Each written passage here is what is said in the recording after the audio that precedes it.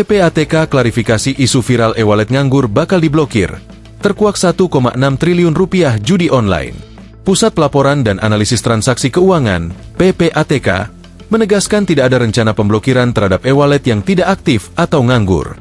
Klarifikasi ini disampaikan menyusul viralnya unggahan media sosial yang menyebut dompet digital atau e-wallet dormant akan diblokir seperti rekening bank. Isu pemblokiran e-wallet nganggur mencuat setelah akun Instagram Harian Haluancom mengunggah pernyataan yang menyebut PPATK akan menindak dompet digital yang tidak aktif. Usai rekening bank, kini PPATK mau blokir e-wallet yang nganggur, tulis unggahan tersebut.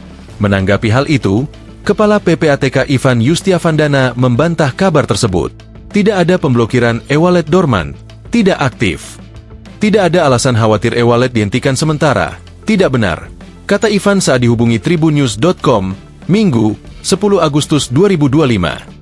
Ivan menjelaskan bahwa pemblokiran hanya dilakukan terhadap e-wallet yang terindikasi digunakan untuk aktivitas ilegal, seperti penampungan dana hasil kejahatan. Kalau ada dana ilegal masuk ke e-wallet pastinya, kami upayakan langkah untuk melindungi pihak yang dirugikan, ujarnya. Ia menambahkan bahwa pendekatan terhadap e-wallet berbeda dengan rekening konvensional.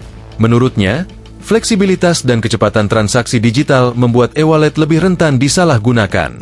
PPATK mencatat lonjakan signifikan dalam penggunaan e-wallet untuk transaksi judi online. Berdasarkan data semester pertama tahun 2025, deposit judi online melalui e-wallet mencapai 1,6 triliun rupiah dengan total 12,6 juta kali transaksi. Sudah banyak pelaporan ke PPATK, kata Ivan.